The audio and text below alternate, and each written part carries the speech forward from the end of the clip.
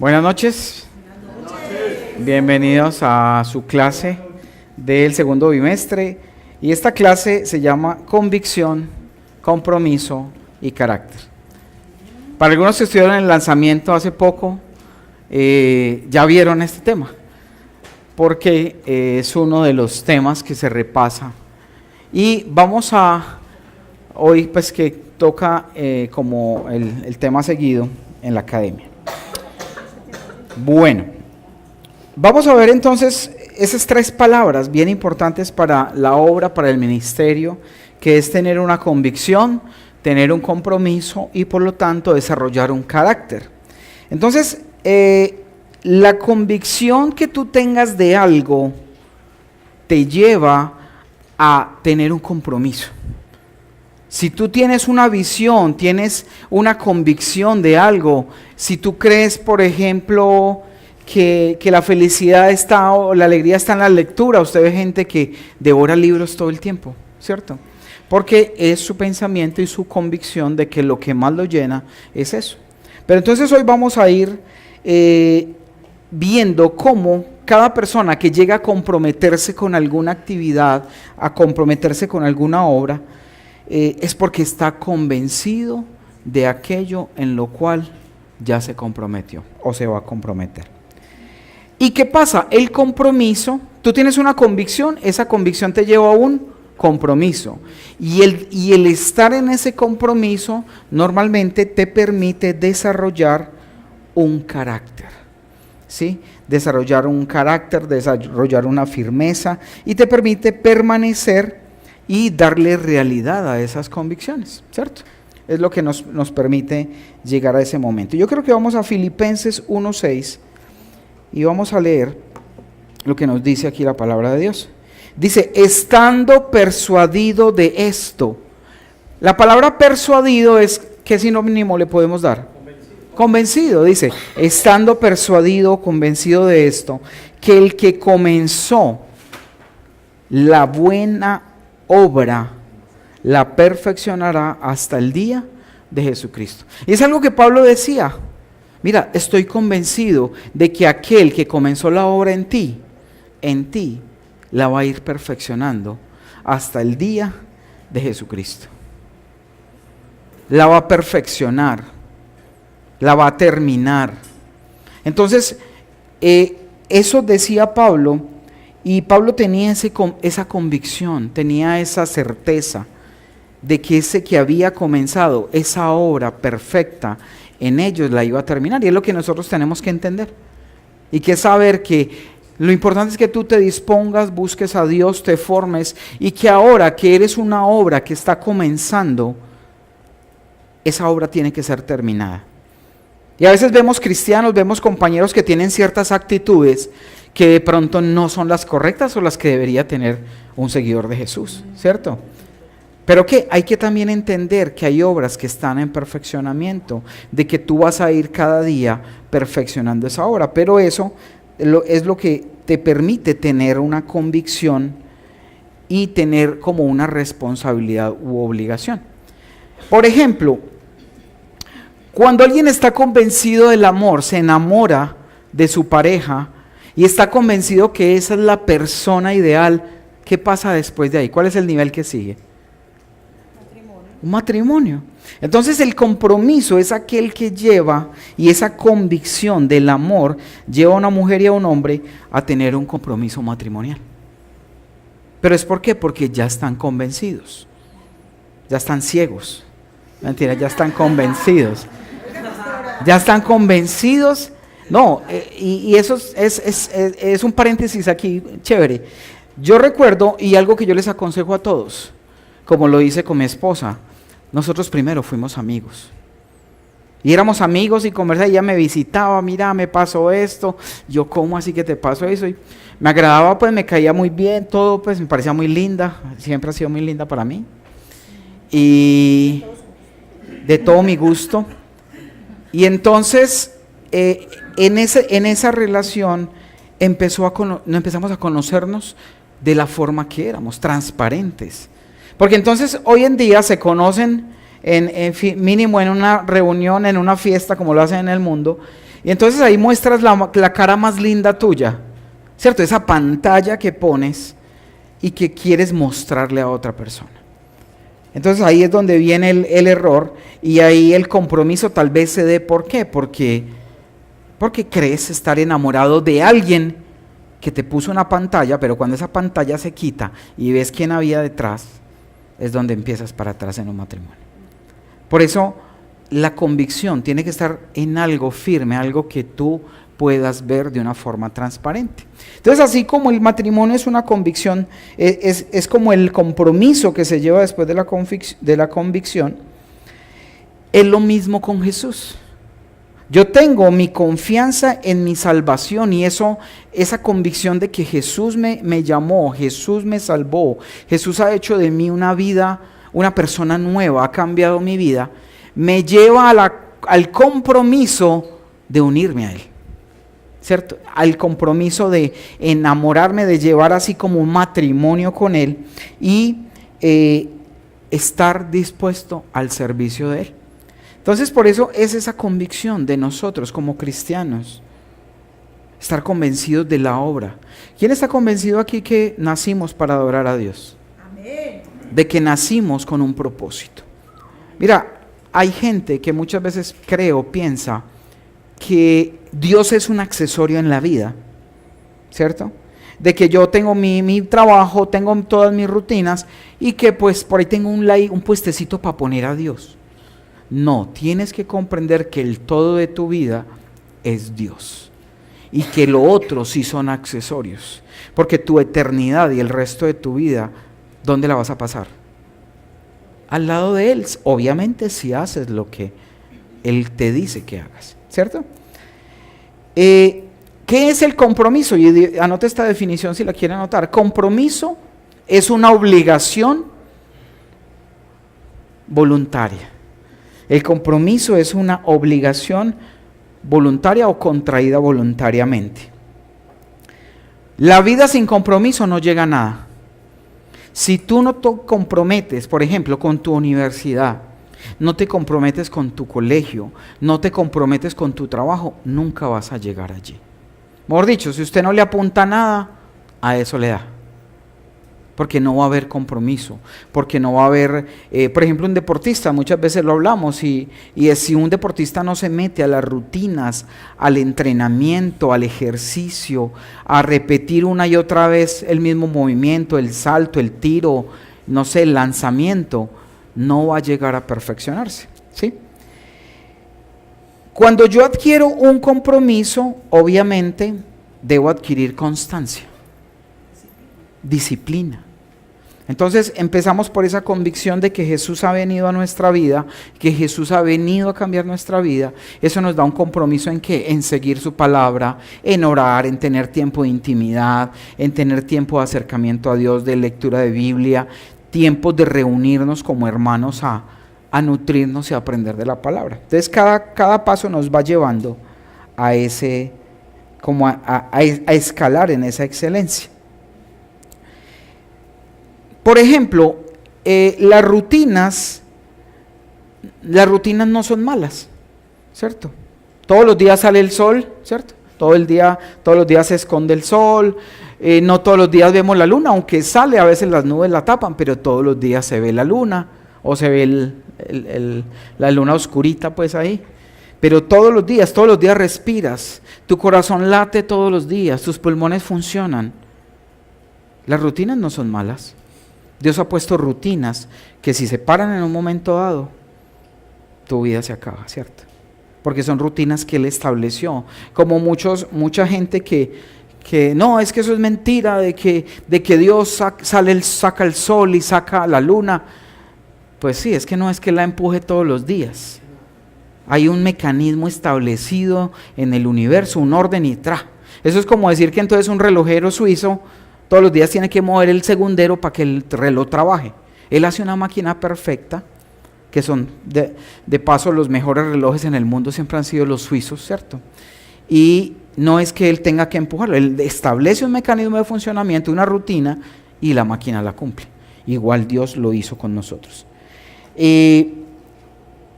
Vamos a Filipenses 3:12. Y dice así, no que lo haya alcanzado ya. ¿Se acuerdan de lo que hablamos ahorita de la obra que inició él y la va a qué? A perfeccionar. Y Pablo decía, no que la haya alcanzado ya, ni que ya sea perfecto. ¿Y quién lo está diciendo? Pablo. Para mí Pablo, o sea, me quito el sombrero pues, no, ni a los tobillas pues de Pablo. Y Pablo mismo dice, no que lo haya alcanzado ya, ni que ya sea perfecto, sino que prosigo para ver si logro, imagínense, y uno que cree que ya tiene el pie allá en el cielo. Prosigo por ver si logro asir, tomar aquello para lo cual fui también asido por Cristo Jesús. Asido es cogido, tomado, porque es una versión antigua de Reina Valera. Entonces, el compromiso debe ser siempre. Mientras tengas vida, tienes que tener compromiso.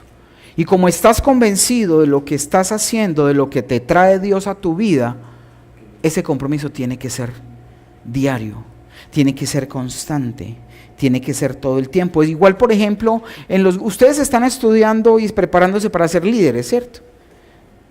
Cuando ustedes salgan de aquí, cuando terminen la academia, tengan frutos, se vean que están pegados de Dios, ustedes van a ir a tener grupos. Ustedes van a abrir grupos, van a poder discipular gente, le van a poder enseñar de lo que ya aprendieron que está en su corazón. Ojo, no que esté en su mente, que esté en su corazón. Porque tú te puedes llenar de libros, yo te paso el libro y lees, ves todos los videos, sí, yo ya sé todo eso. Estás viviendo lo que aprendiste. Se ha vuelto una realidad en tu vida cada cosa que Dios te ha enseñado, lo estás viviendo, lo estás obedeciendo. Porque realmente ahí es donde viene un liderazgo. Tú tienes que enseñar de lo que vives, de lo que hay en tu corazón, no solamente de lo que hay en tu mente. Para crecer hay que hacer. Para crecer hay que hacer. Solo haciendo, solo trabajando, solo esforzándonos. Por ejemplo, cuando tengan ustedes los grupos, van a ver cosas rutinarias. Que hay que dar el grupo, hay que hacer la supervisión, hay que pasar el reporte, hay que lo del refrigerio, hay que tomar asistencia. O sea, son cosas que se van a tener que hacer periódicamente, pero de eso hace parte ese compromiso que tenemos. Y solamente si queremos crecer, pues tenemos que hacer estas cosas. Porque la meta el premio se encuentra ¿en dónde? ¿En la mitad, al principio? Al final. Y mire Pablo como lo decía muy claramente. Yo no que lo haya alcanzado ya, ni que ya sea perfecto, sino que prosigo por ver si logro tomar aquello para lo cual fui también tomado por Cristo Jesús. Dios te prometió un tesoro, te ha prometido una vida plena en el cielo, muchas cosas, pero tienes que trabajar por eso. Eso no cae del cielo. Por eso dice la palabra que el reino de los cielos es de los violentos, no los que dan bala en la calle. Porque ahora salen todos aquí a darle a todo el mundo porque me dijeron que eso era de los violentos, ¿cierto? Es aquellos que como ven la promesa se comportan de acuerdo para arrebatar esas promesas. Tú le tienes que arrebatar las promesas a Dios, Él las tiene ahí, las bendiciones, pero tienes que tomarlas, tienes que cogerlas en tu mano. Si tú no tienes un compromiso, a la meta nunca se llega, nunca vas a llegar a la meta. Por decir algo, estás en tu colegio, quieres ganar el año, ¿cierto? ¿Qué tienes que hacer? Comprometerte, estudiar y ojalá no ser solamente el que pasó con 3, el que venció con honores, con matrícula de honor, con certificado no de defunción, sino certificado de honores, ¿cierto? Porque algunos llegan muertos. Tener convicción, compromiso y carácter es iniciar algo, continuarlo y terminarlo. Eso es convicción, compromiso y carácter. Hacer algo, ejecutar algún propósito, algún objetivo de principio a fin. Pero tú no puedes llegar a terminar algo si tú no tienes la meta clara. Si tú no tienes la meta, ¿a dónde vas a llegar? No lo vas a hacer. Por ejemplo, ¿cuál sería la meta para nosotros? ¿O cuál es la meta en nuestra iglesia como visión? Ganar muchas almas para Cristo. ¿A través de qué? A través de los grupos hogar. a través de la evangelización y los grupos hogar. Porque es que lo que nosotros tenemos que presentarle a Dios, ¿qué son? Hijos, ovejas, discípulos, que hay que presentarle a Él. Pero que sean hijos. Porque Él necesita que le presentemos hijos. No solamente ovejas, y llenamos un estadio de ovejas, y el Señor esperando a ver si hay un hijo por ahí. No, ovejas nomás. Un hijo es aquel que asume la paternidad de su padre, que honra a su padre y que el padre mismo le dice, hijo mío. No te conformes con que te diga criatura. Necesitas ser un hijo. Necesitas ser un hijo de Él. Y a través de los grupos hogar, ya que tú eres un hijo, vas a convertir a otros a que sean también hijos. Y hay algo, toda la humanidad son hijos de Dios. Sí, son hijos de Dios, solo que están perdidos, secuestrados por el mal, perdidos, y nuestro papel es rescatar a nuestros hermanos que están perdidos. Por eso tú tienes que ver a cada persona en la calle como un hermano tuyo que te duela, porque necesitas rescatarlo del mal y de la perdición. Tú no quieres que esa alma se vaya para el infierno, tú quieres que esa alma continúe y vaya otra vez al lugar donde le pertenece, que es la presencia del Señor. El servicio requiere de carácter, porque ya hemos hablado de convicción, estar convencidos de hacer algo, de comprometernos con nuestros grupos, con el discipulado, con nuestras tareas como líderes, pero ese mismo servicio requiere de un carácter. Dios quiere que nosotros le sirvamos a Él en medio de nuestro trabajo, porque como lo hemos visto, Dios llama a los ocupados o a los vagos. A los ocupados. Porque el vago es tan vago que para nada sirve, ahí está tirado haciendo nada. Dios llama a aquellos ocupados. Y muchos, pero yo ¿cómo hago? Yo trabajo hasta tal hora y encima hay que ir a la iglesia. Pues Dios te ve que eres alguien apto para hacer tareas. Dios ve que tú eres capaz, tienes capacidad para hacerlo. Y por eso mismo es que Él te ha llamado. ¿Recuerdan cuando el faraón le dijo a Moisés, ¿cómo así que van a ir a ofrecer sacrificio todo el pueblo de Israel? ¿Qué los tenía haciendo faraón? Los tenía haciendo ladrillos. Les daban la paja, les daban el barro y ellos todo el día tenían que hacer ladrillos. Amasar esta masa, revolver con esa arcilla y ponerlos en unos moldes y hacer ladrillos. Cuando Moisés le dice, necesita el Dios Jehová, yo soy, sacar a mi pueblo para rendirle sacrificios. Digo, ¿cómo así que sacrificios? Eso es que no tienen nada que hacer. Entonces, a partir de ahora, ellos mismos van a ir a coger la paja que necesitan para hacer los ladrillos. O sea, les dobleteó el trabajo, pensando que eran unos vagos, o para que ellos no tuvieran ningún pensamiento de servirle al Señor. Pero Dios lo que quiere es que nosotros, y ustedes recuerdan que Jesús trabajaba ¿cuántas horas? 12 horas diarias. Y más, porque hasta se amanecía con el Señor. Pero laboralmente, 12 horas. Las horas que usted trabaja sirven su empresa y las horas que le queden de más para comprar esas 12 o esas hasta 14 horas, hacerlo en el servicio de Dios y completar tu día.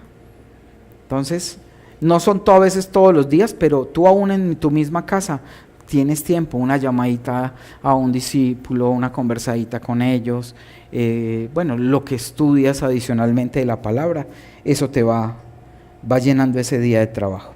Entonces, vamos a ir a 2 de Timoteo 1, 8-12, y dice así. 2 de Timoteo, del capítulo 1, desde el 8 hasta el 12.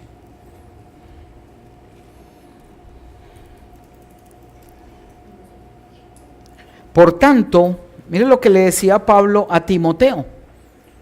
¿Ustedes saben quién es Timoteo? No es el muñequito eso de las tarjeticas, que es que las muchachas le dicen Timoteo y ya se acuerdan del muñequito, ¿cierto? Dice, por tanto, y Pablo estaba en la cárcel. Preso ¿por qué estaba Pablo en la cárcel? Por predicar, no porque fuera un delincuente o porque hubiera hecho un chanchullo por ahí. No, porque él predicaba el evangelio y en ese tiempo era un delito predicar otro evangelio que no fuera lo que predicaban los fariseos y los sacerdotes de la época.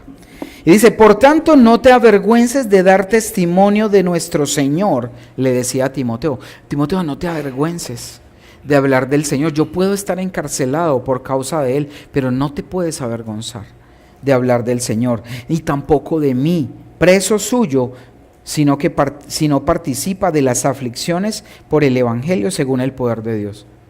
¿Quién no tiene aquí aflicciones? ¿Quién no tiene adversidades? Pero son cosas que Dios permite que suframos para desarrollar ¿qué? Paciencia, desarrollar carácter. Ojo, ¿qué es carácter hablando en lo que se debe hablar? ¿Qué es realmente el carácter? Mucha gente dice, no, es que yo soy mal geniado y hablo de las malas porque es que Dios dice que tenemos que tener carácter. Eso es correcto. Es el carácter de Cristo, la mansedumbre de Cristo, la humildad del Señor. ¿Cuántas veces reaccionas ante cualquier situación y lo que haces es juzgar, criticar a otra persona, hablar mal de ella, reaccionar mal ante situaciones que yo sé que Jesús no reaccionaría de esa forma? Y ese es el carácter que tú y yo tenemos que llegar, tenemos que lograr. Entonces decía, participa de las aflicciones por el Evangelio según el poder de Dios, quien nos, ¿qué? Salvó y llamó con llamamiento santo. Mire, Dios no solamente te salva. Ojo, escucha las dos cosas. Dios no solamente te salva, después de que te salva, te llama. ¿A qué? A hacer la obra que tenemos que hacer para Él. O sea que ser salvo es suficiente para un cristiano. No, es que Jesús me salvó, yo me voy para la finca allá donde nadie me hable, nadie me perturbe, porque solo voy a estar allá en oración y ayuno delante del Señor, como un monje. ¿A eso nos llama Dios? No, Él nos llama, nos salva y nos llama a trabajar en su obra. Dice, nos salvó y nos llamó con llamamiento santo, no conforme a nuestras obras, ojo, no conforme a lo que tú hacías, no conforme a tu conducta, la conducta que tenías antes en tu vida. Él te llamó conforme al propósito suyo y a la gracia que nos fue dada en Cristo Jesús. Una gracia que fue regalada antes de los tiempos de los siglos, pero que ahora ha sido manifestada por la aparición de nuestro Salvador, Jesucristo. La gracia fue dada desde siempre, solo que se manifestó con Jesús. Entonces a veces la gente dice, no, es que estamos en la gracia. No, la gracia siempre ha estado. Solo que Jesús vino a darla por manifiesto, el cual quitó la muerte y sacó a la luz la vida y la inmortalidad por el Evangelio. ¿Quién aquí es inmortal? Ustedes son inmortales. Sí, claro. Y ese cuerpo va a ser transformado. Si ustedes están haciendo la voluntad de Dios y están siendo hijos de Dios y haciendo lo que es, somos inmortales. Somos seres eternos, o para eterna condenación o para eterna salvación. Tú escoges el camino. Tú escoges la parrilla o el lugar donde vas a estar. Dice, por el Evangelio, del cual yo fui constituido predicador, apóstol y maestro de los gentiles. ¿Tú y yo qué somos? ¿Gentiles o judíos? ¿Qué somos nosotros? Gentiles, que somos los que no éramos del pueblo de Dios, pero fuimos llamados a ser parte de Él. Por lo cual asimismo padezco esto, pero no me avergüenzo, porque yo sé a quién he creído y estoy seguro que es poderoso para guardar mi depósito. Bueno, yo te quiero decir algo, y es que tú no puedes guardar y tener miedo de dar testimonio de Dios.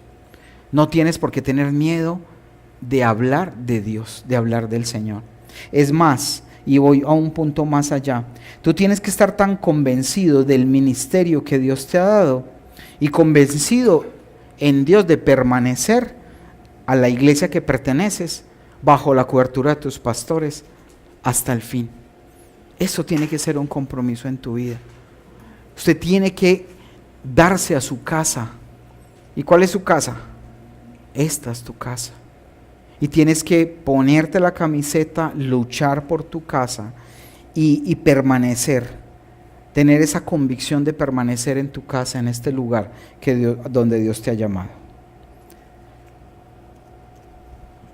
Pablo formó su carácter en medio de adversidades. Le tocó sufrir, le tocó una enfermedad, y el carácter de Pablo, humanamente hablando, era una cosa brava. Pablo encarcelaba, perseguía a los cristianos, y después Dios lo deja ciego, le deja una enfermedad en los ojos. Porque Pablo sabía tanto, Pablo era tan sabio y tan conocedor aún a nivel del mundo, que él decía que él todo eso lo tenía y lo tomaba por basura, gracias ahora al Evangelio. No me hagan competencia, por favor, gracias. Entonces, ese sufrimiento, ese padecimiento hace que nosotros desarrollemos un carácter. Y es el carácter que tú y yo necesitamos. El carácter que tú y yo necesitamos, que resista las adversidades, cualquier situación. Por ejemplo, tú tienes que tener el carácter de Dios para que ames aunque no te amen. Que cuando tú veas que alguien es que no me saludó, es que no me dio el abrazo, es que a todo le dio pico y a mí no, ámalo aunque no te amen. O aunque parezca que no te amen, ámalo. Que aunque hayan tormentas en el medio de tu vida, que aunque tengamos situaciones difíciles, tú permanezcas aún en medio de la tormenta. Para que permanezcas en tu grupo hogar, no importa los problemas, porque van a haber problemas.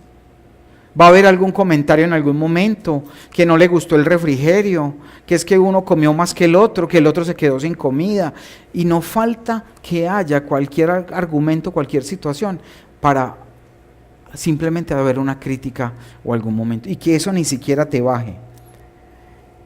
Si estás estudiando en la universidad, tener ese carácter para terminarla, para terminar tu estudio, para vivir feliz en tu matrimonio, aunque avance el tiempo y que tú sigas y continúes feliz en el matrimonio. Hay muchos porque el mundo ha convertido el tema del matrimonio como algo, lo más malo, ¿cierto? Lo más negativo. Sabiendo que si se vive a la luz de la palabra, puede ser lo mejor que puedas tener. Y es lo mejor que puedas vivir. Pero el mundo que te habla, ¿no? Lo peor es el matrimonio y la suegra. Entonces, es lo que siempre están haciendo en el mundo. Y tienes que tener un carácter para ofrecer y no para estar demandando. ¿Qué es eso? Ay, que es que a toda hora hay que estar orando por ti. Llevas 1 año, 2 años en la iglesia, 3 años, 20 años. Pastor, ore por mí, pastora, ore. ¿No has aprendido a orar? Ya deberías estar orando por otros. Ya deberías estar dándole sanidad a otros de parte de Dios. Pero ¿hasta cuándo vas a estar esperando que te den? Y nunca dar. Siempre con el brazo extendido, pero usted lo tiene así, pero aprenda a voltearlo para que dé, para que entregue. No puedes quedarte con los brazos pidiendo todo el tiempo. Mira, Cristo nos hace libres de complejos. ¿Cuántos han tenido aquí complejos? Pero te tengo una mala noticia. Él se compadece de nosotros. Él no se compadece de nosotros por los complejos. Él nos levanta, nos saca de ahí, pero ya deje eso, base mi hijo, pues, porque es que, pobrecito yo, quien tan feíto, que nadie me quiere, todos me odian. Dios, deja que Dios sane tus complejos, pero Él no se compadece porque tengas complejos. Él te ha dicho, yo soy la solución, yo soy tu vida, vamos adelante. La autocompasión muchas veces es la excusa para no madurar en el carácter. Entonces te compadeces. Es que pobrecito de mí, no, es que si yo tuviera, es que si yo fuera, es que si a mí me pararan bolas, es que si... Mire, ¿cuál es la diferencia entre una oveja y un discípulo? Que la oveja recibe y el discípulo da. Que a la oveja hay que buscarla y el discípulo busca a su maestro. Entonces ahí te tienes que dar cuenta tú que eres, una oveja o ya te estás convirtiendo en un discípulo. ¿Qué dice Jesús? Díganme los que estén encargados y trabajados, yo voy detrás de ellos. Dice eso. Vengan a mí que yo os haré descansar. Vengan a mí, los que estén encargados y trabajados. ¿Quién tiene que buscar a quién? El discípulo debe buscar a su maestro. Las ovejitas mientras empiezan, y listo, hay que buscarlas, hay que llamarlas, hay que visitarlas, hay que gastarles tiempo, plata, lágrimas, pañuelos, papel higiénico. Pero llegan a un punto en que los discípulos, esas ovejas se deben convertir en discípulos, y esos discípulos deben buscar cerca y estar cerca del pastor, para que les enseñe, para que los guíe y les dé todo lo que Él quiere darles. Gálatas 2:20.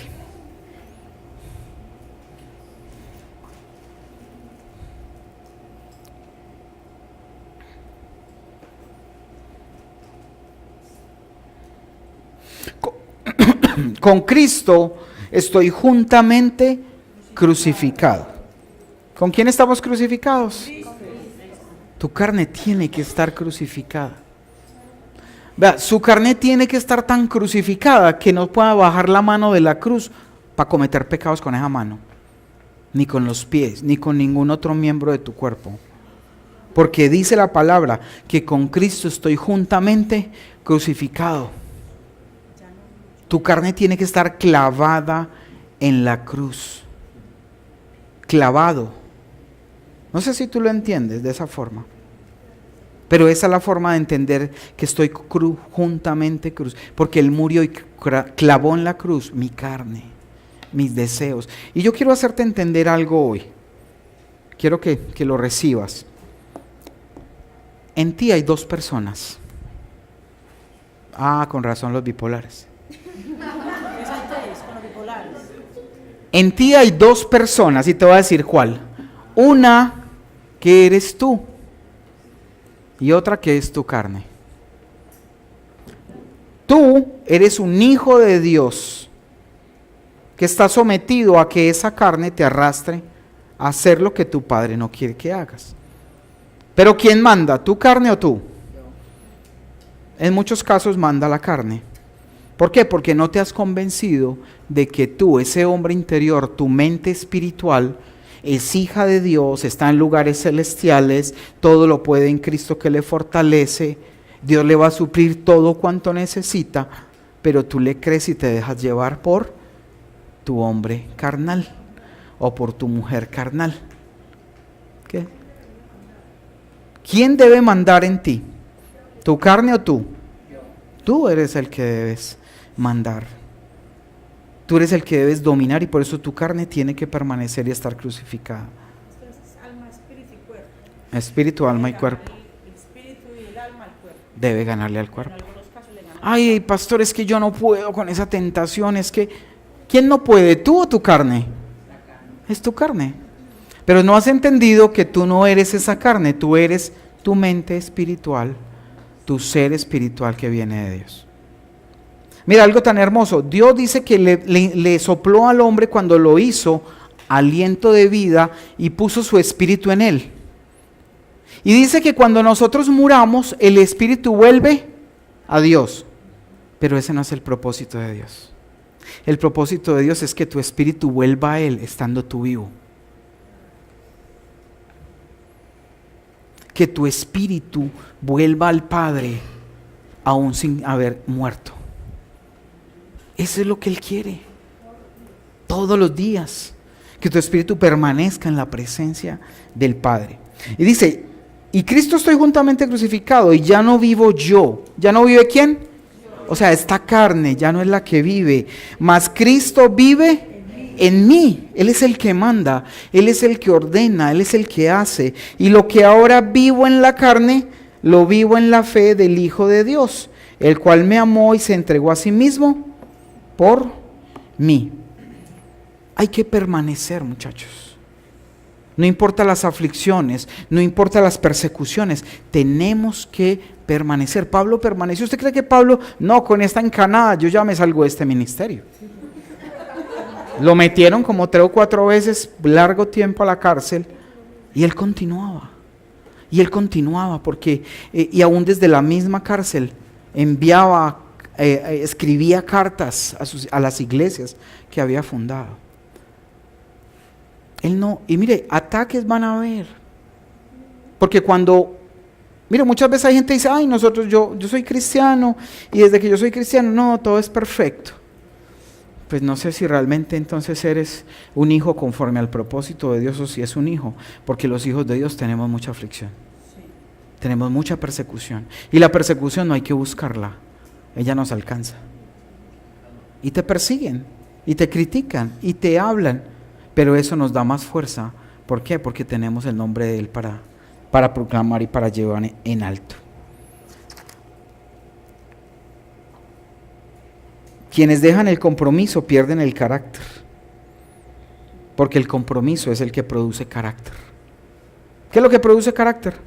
El compromiso, cuando tú insistes en seguir. Pero entonces, ¿cuánta gente conoce de Dios? El primer tropezoncito, no, esto no es para mí, y se devuelven.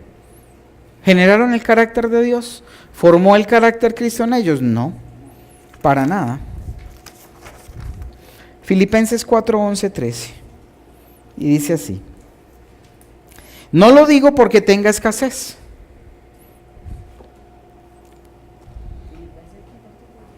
Filipenses 4 del 11 al 13. Y yo quiero decirte hoy que tú tienes que aprender a vivir el carácter, el compromiso y nuestro carácter que desarrollamos en Él. Te tiene que dar y bastar para que tú estés contento en cualquier situación que vivas. Sea abundante, sea escasa, tú tienes que aprender a vivir. Porque el carácter que Cristo nos da es para hacer eso. Dice, he aprendido, no lo digo porque tenga escasez, decía Pablo, pues he aprendido. Mire lo que dice, he aprendido. ¿Nació aprendido? No. Dice, he aprendido. He recibido el carácter de parte de Dios a contentarme, a estar feliz y contento, cualquiera que sea mi situación. ¿Será que tú solo estás contento cuando hay dinero en tu bolsillo o en el banco? ¿Será que solamente ese día que tienes plata y le pagaron, mejor dicho, le pagan y al otro día está contento, el resto del mes está aburrido? Porque no tiene plata. Porque aparte de eso se le suma la mala administración muchas veces. Pero yo recuerdo en tiempos anteriores que si yo no tenía dinero en la cuenta o no había plata con qué pagar una obligación, yo me desesperaba. Y empezaba a ponerle pleito a mi esposa. Pero vea, mire, ¿cómo hace? No hubieras hecho esto, no hubieras... Y muchas cosas yo también las había hecho. Pero era un desespero porque no confiaba en lo que Dios hacía. No confiaba. Y me tocó, gracias a Dios, aprender a estar contento en la abundancia o en la escasez. Usted puede que se coma un arroz con huevo, pero erupte pavo. Sea feliz, disfrute. No hay nada más rico que un huevito con arroz. Eso es delicioso, ¿cierto? Y eso es súper barato, pero es delicioso, y más en el amor, en la paz de tu casa. O un arrocito con una latica de atún. El limoncito, delicioso. ¿Cierto? Ay, perdón por hablar de comida. Entonces dice, mire, he aprendido a contentarme cualquiera que sea mi situación. Ese carácter lo tienes que empezar. Y si ha pasado hasta hoy que tú no eres feliz sino en las buenas, tienes que aprender a disfrutar de ese carácter. Así no haya, hay que estar contento. Dice, sé vivir humildemente y sé tener abundancia, lo decía Pablo.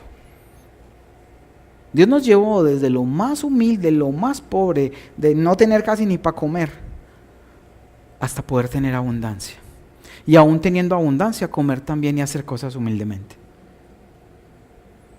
En cualquier carne de secador por ahí, o cierto, arepitas por ahí de la calle. Y todo es porque estoy enseñado, o sea, he aprendido. Pablo decía, estoy enseñado, he aprendido, así como para estar saciado, como para tener hambre, así para tener abundancia, como para padecer necesidad, pero todo lo puedo en Cristo. Tú tienes que desarrollar ese carácter. Es más, hay una adversidad, hay una dificultad. Tus hijos nada que echan para adelante, tu esposo nada que deja el vicio, o tu esposa nada que deja echar cantaleta.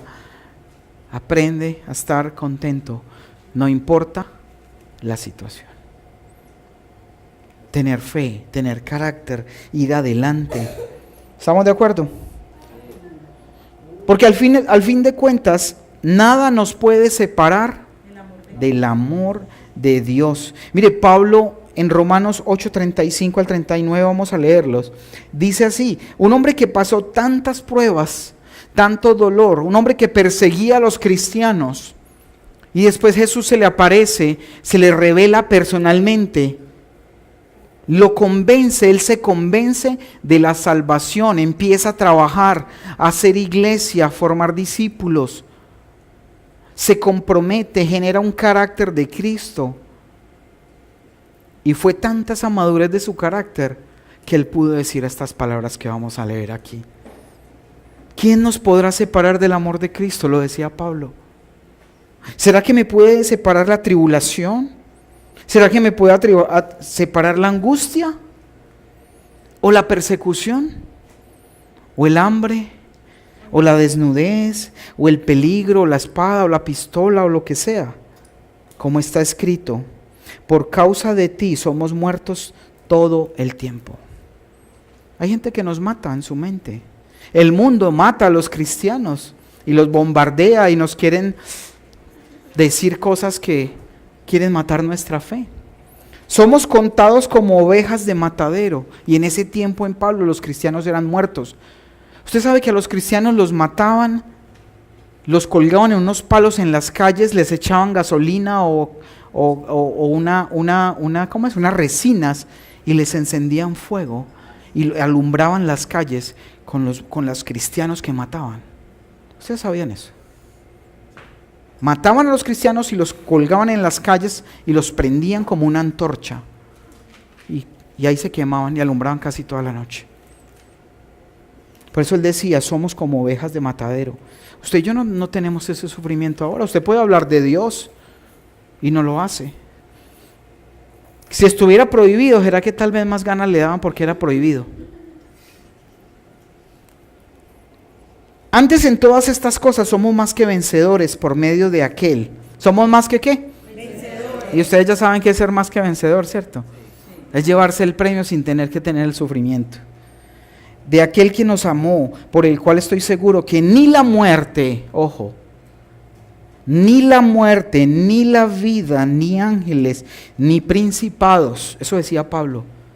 Mi carácter ha sido tan desarrollado, he sufrido tanto y he padecido tanto, pero estoy tan convencido de la obra de mi Jesús, que ni la vida, ni ángeles, ni principados, ni potestades, ni demonios, ni lo presente, ni lo que va a venir, ni lo alto, ni lo profundo, ni ninguna otra cosa creada me podrá o nos podrá separar del amor de Dios que es en Cristo Jesús.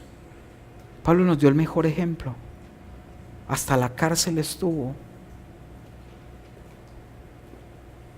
muerto por Jesús.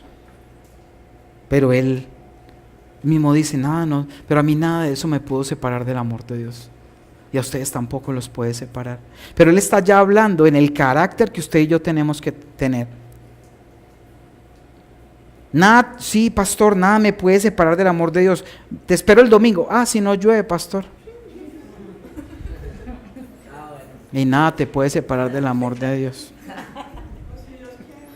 Si Dios quiere. Dios siempre va a querer que tú estés al lado de Él. Siempre. Que estés en la casa con tus hermanos adorando.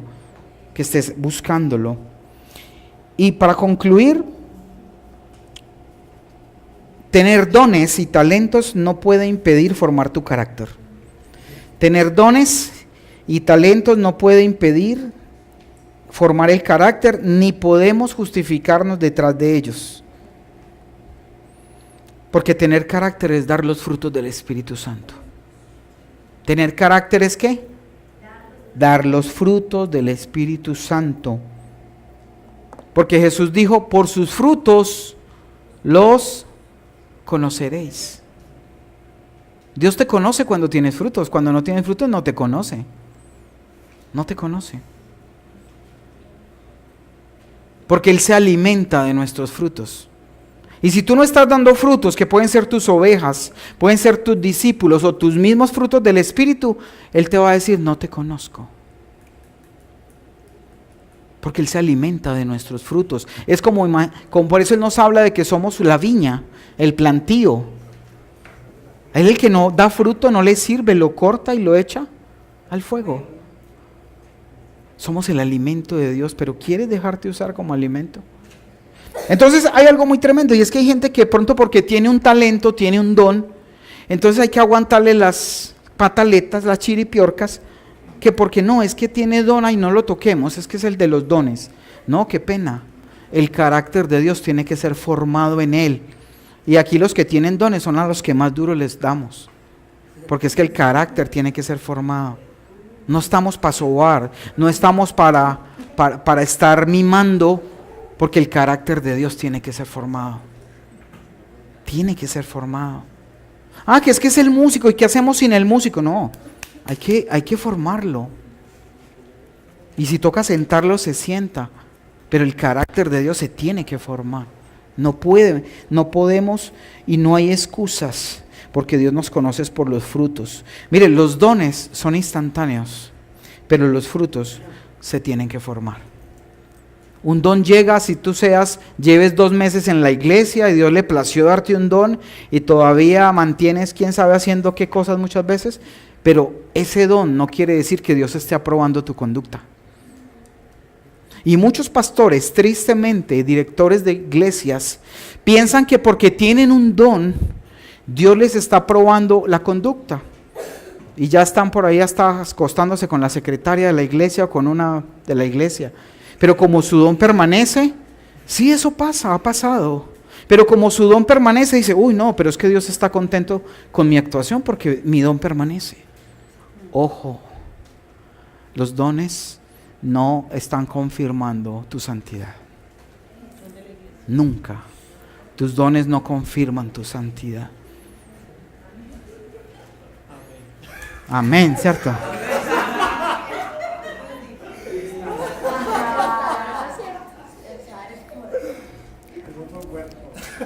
Entonces, para concluir, si tú crees realmente que Dios... ¿Quiénes creen aquí que Dios los llamó? Quiero escuchar ese amén. Dios los llamó. Entonces vamos a comprometernos en sus tareas. Vamos a comprometernos a hacer los grupos, a hacer lo que Él nos mandó a hacer y a que Él forme el carácter de su Hijo en nosotros. Esto fue convicción, compromiso y carácter.